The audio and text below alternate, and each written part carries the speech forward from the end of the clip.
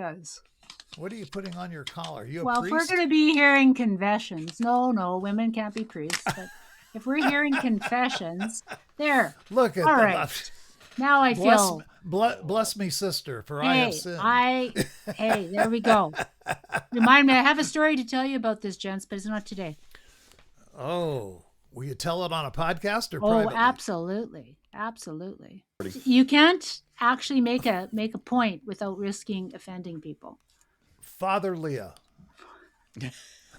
All right. Archbishop Leah. Oh, I like that. Leah. I like that. Archbishop. Pope Leah. Up. That's Grand Poobah. I like Grand Poobah.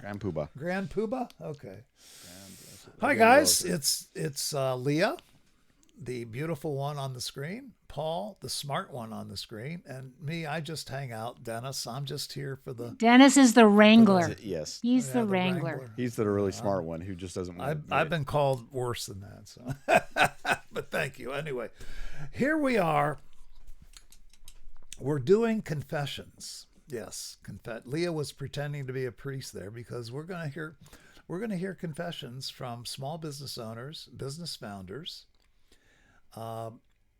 These are things they don't tell anybody, not their spouse, certainly not their team. These are the quiet moments when they say, I am a smart, capable guy or gal, but I haven't figured this out yet.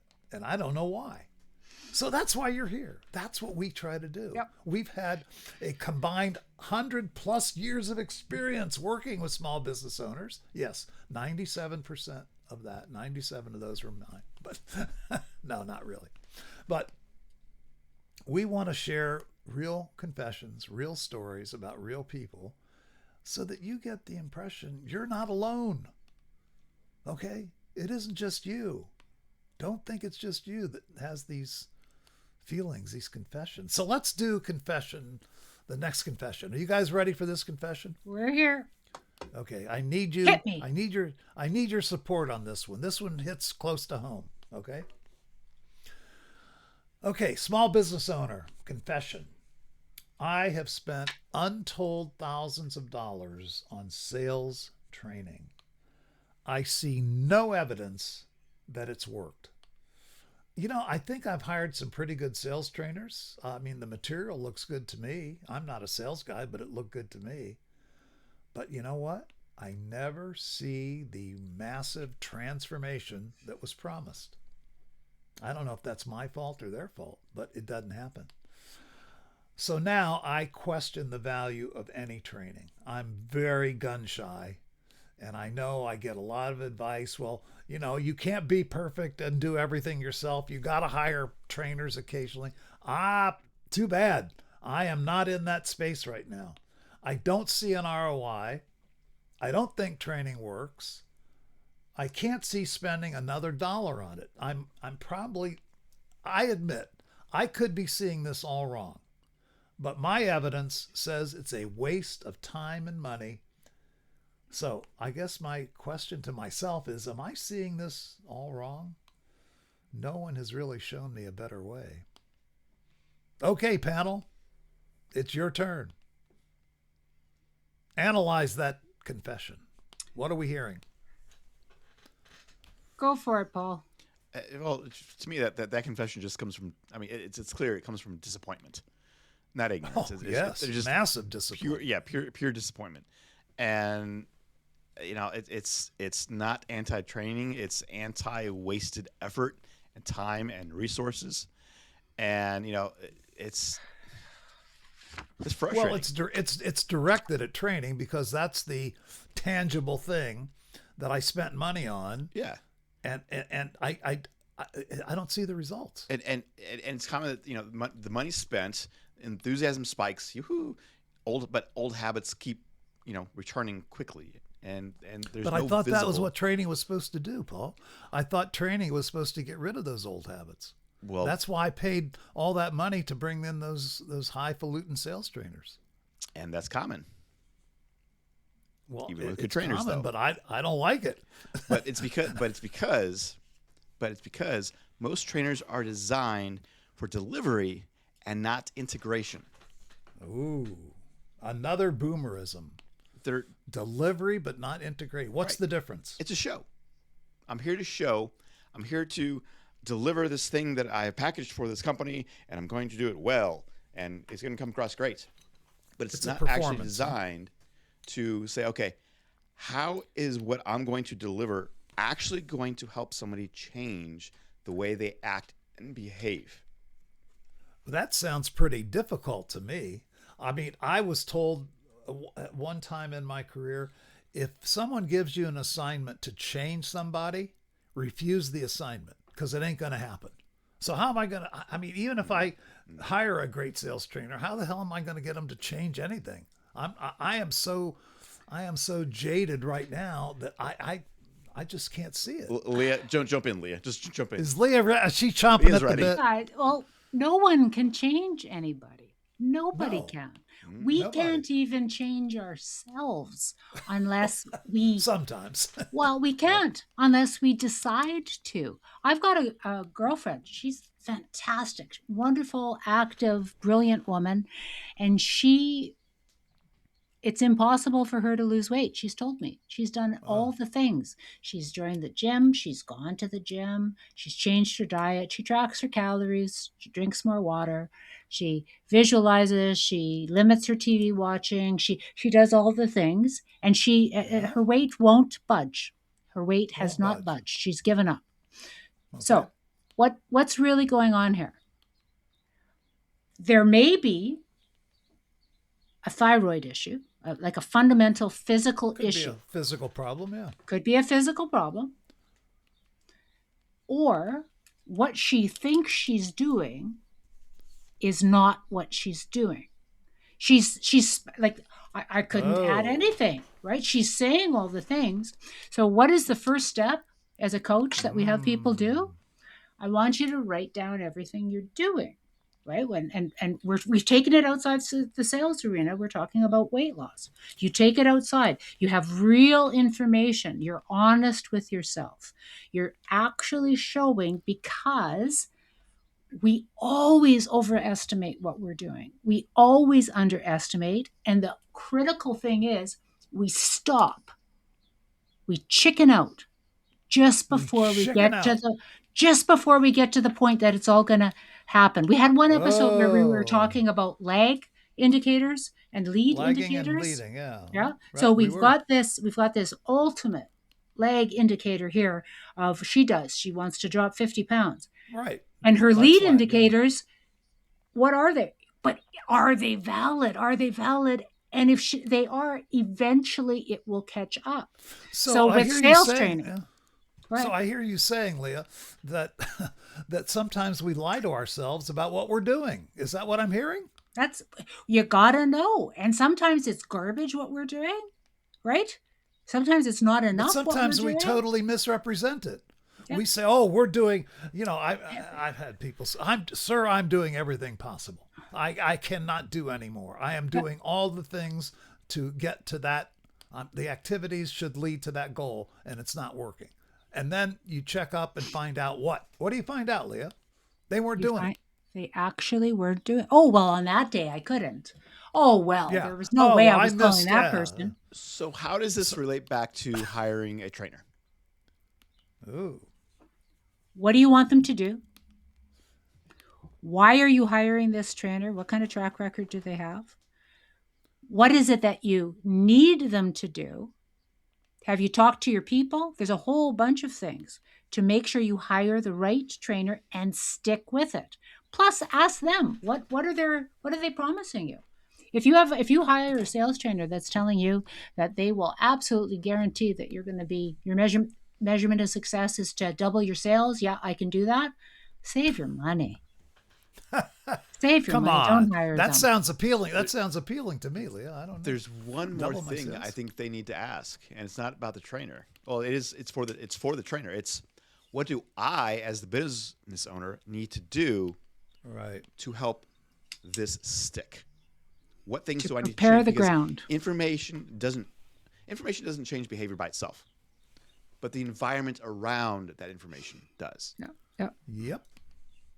So let me summarize what I'm hearing you guys say, because this is really important, I think, to this topic.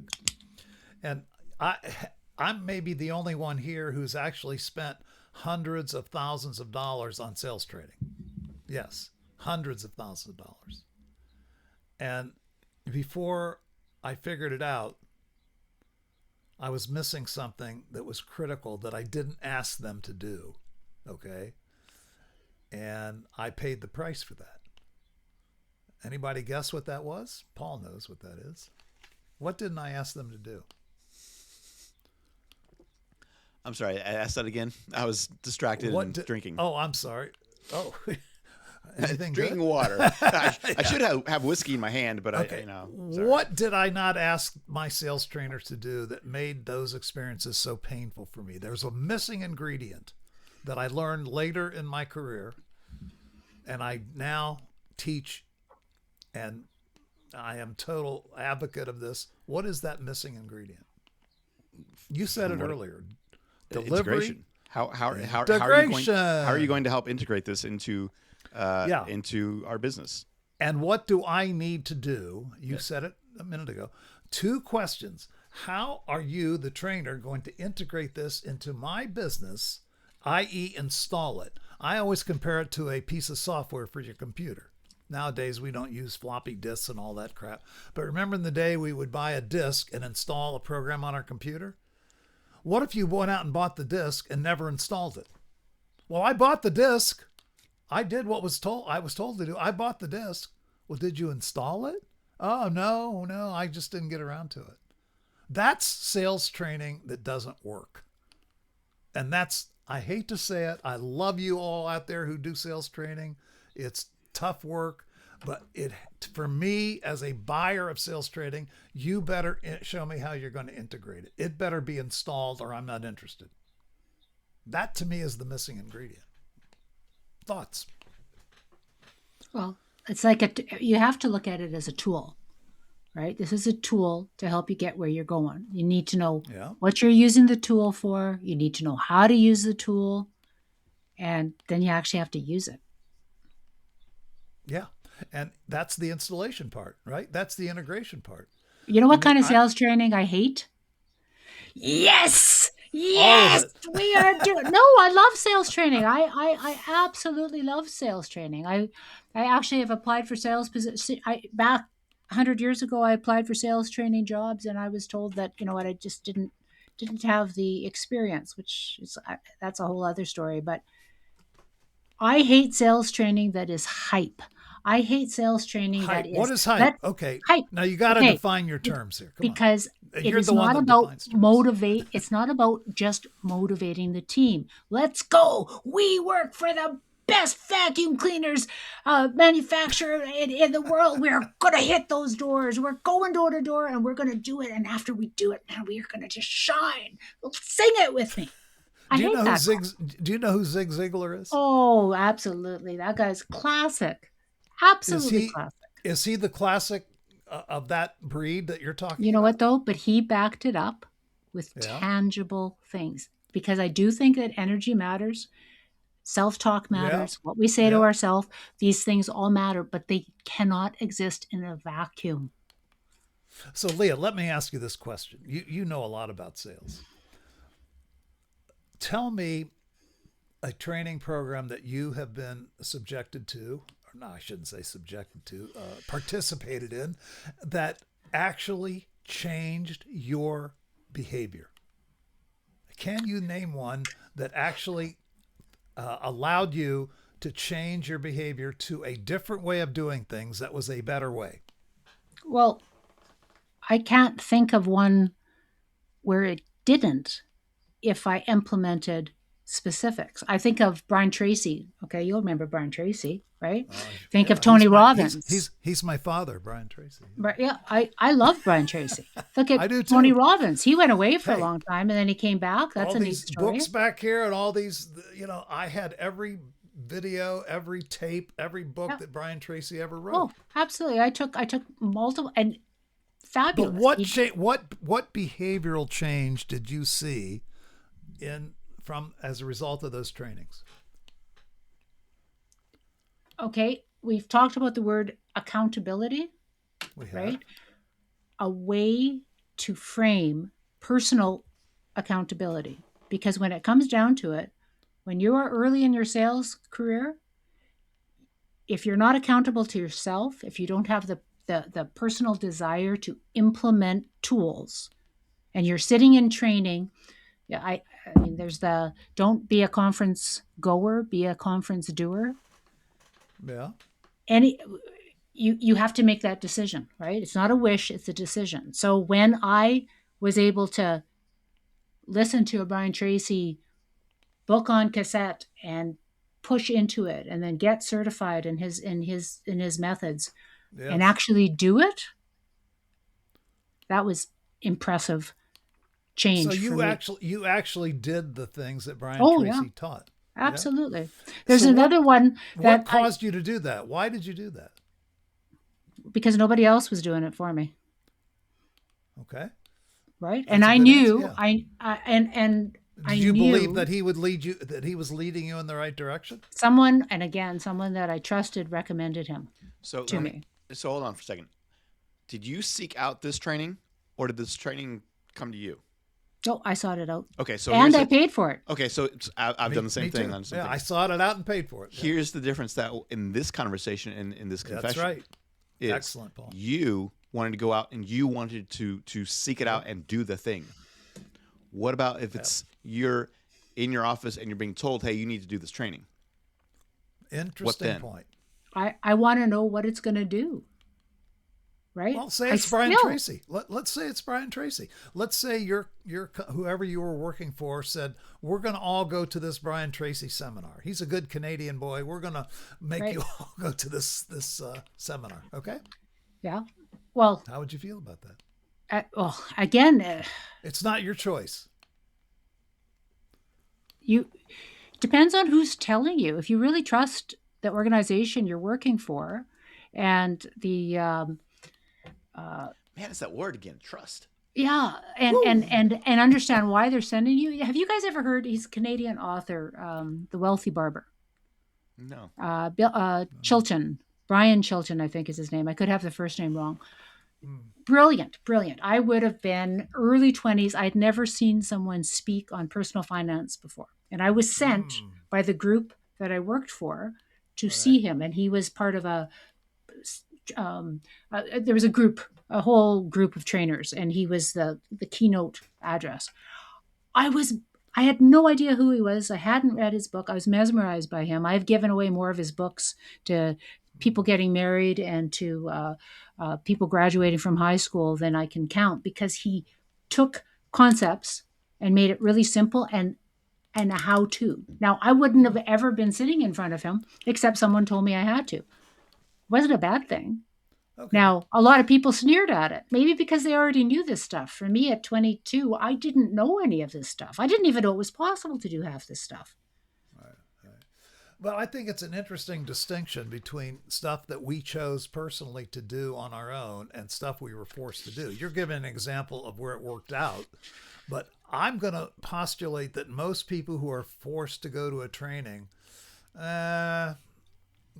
50-50. I don't know, Paul.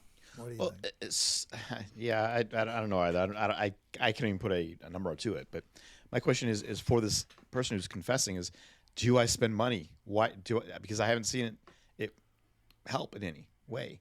So do I continue to go down this path, and why or why not? And it really does, for me, come down to you have to, the word again, have clear expectations, clarity of what you want from this, and communicate that not only to this trainer or organization or whatever, but also to your staff. What are you hoping that they get out of it? And therefore, set the expectation. Exactly, for everybody. And only then, and if the instructor, trainer comes back and says, well, I don't know how to do that, or gives you vague answers, then they're not going to be the one. And you should move on. I think sometimes I've noticed some business owners want to check the box. Training, check. Okay? And there's no real deep dive into the credentials. And again, without fail, my new requirement is if you're not going to help me install this training, we're not going to do it. It has to become a skill set for my team. And there's a big difference between lip service and actually doing that, Dennis. We're sponsored by wizardacademy.org. I was introduced to Wizard Academy by decades ago, 3 decades ago, by a company I was working with and Right. for, and they did a brilliant job taking training and actually sending people for training and incorporating it. But I've also seen companies that were just as invested that stopped doing that, right? Why? Well, how do you leave your people feeling? They started gung-ho, then they pulled back because, well, it's expensive. Well, we can do this internally. Well, we don't need to, and what it sounds to people is you don't need to invest. And then there's a mixed message because you're saying that this is a really good process, but now you're not any longer wanting to formally train people on it. So it can be done differently, but salespeople aren't stupid. Staff isn't stupid. They're going to believe what you do, not what you say about the training you pick. That's true. And again, there's also a factor here that some people do not have a growth mindset. They have a fixed mindset and they don't respond well to training because they think they know everything. I don't need any training. I already know what I need to know. That's a whole nother topic, confession, huh? Yeah. That we could maybe deal with someday. But so what's our bottom line on this? What let's summarize what we've talked about. What advice, what thoughts do we want to share with our audience? First, I want our listeners to pause right here. Literally, hit the pause button right now. Pause. Hit the pause. Oh, wait, hold on. Not yet. Hold on. Let me explain it first, then pause. Okay. Go to the platform that you're listening to us on, and in the comments, write your thoughts down on this. Or if you need something or need some help or whatever it may be, hey, I'm thinking about this trainer. I don't know what to do. I don't know what questions. Put those in the comments, and we'll be glad to have that conversation.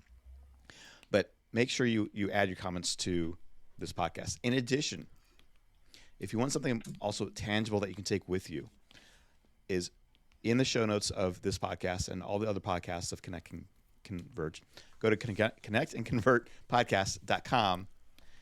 And in the show notes, you'll find a form that you can download, the Founder Small Business Owner Sales Trust Playbook, which will help you guide through some of these things that we're talking about today. So now, hit the pause button, go add your comment, go download the thing.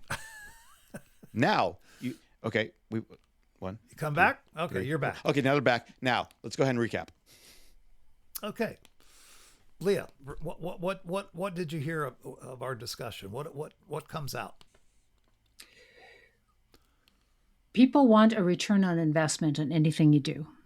Right? Everything. If I buy a new truck, if I'm buying cell phones and laptops for my staff, if we're changing the carpet and the desk, we want a return on investment. We want to be able to capitalize that. So when you are doing training, if you're not getting the return on investment, stop doing that.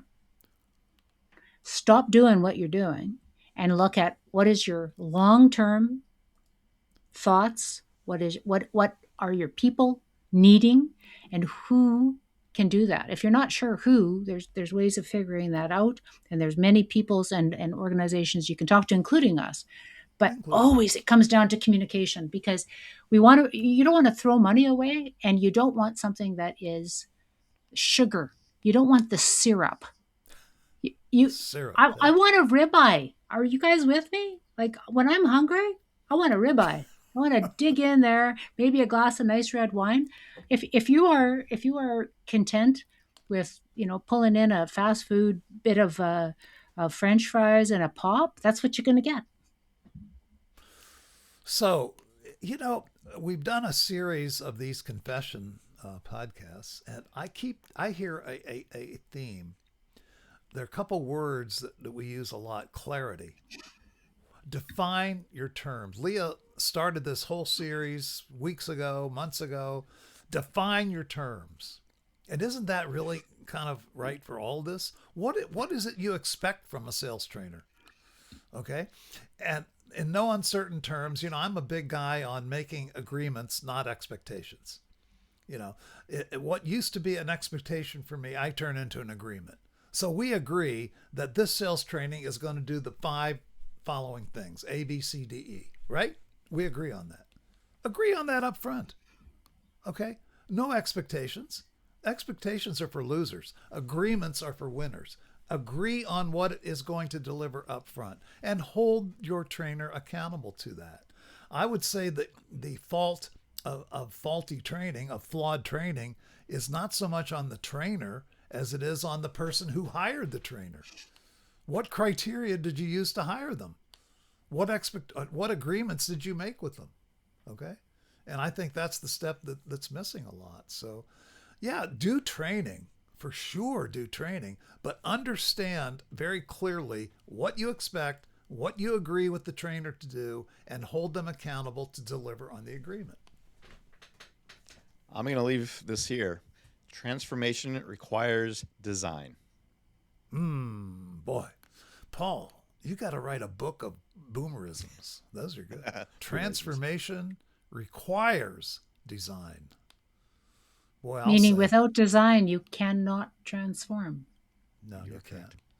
And you know what? We expect training to do transformation, don't we?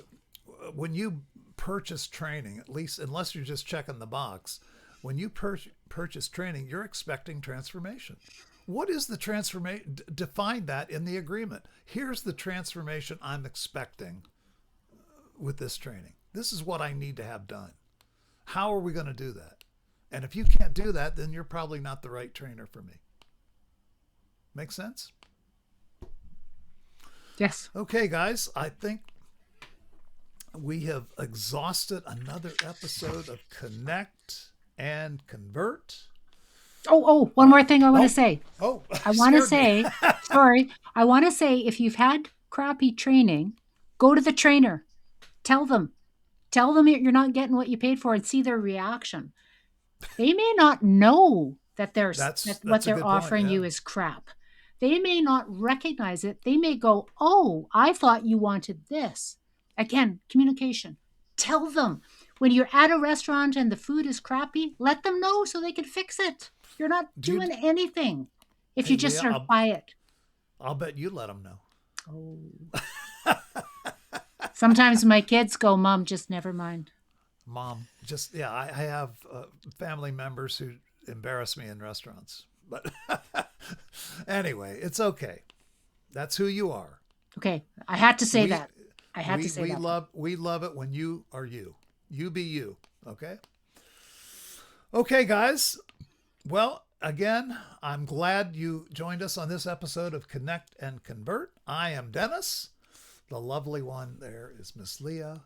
And the smart one is Mr. Paul Boomer. We are Connect and Convert.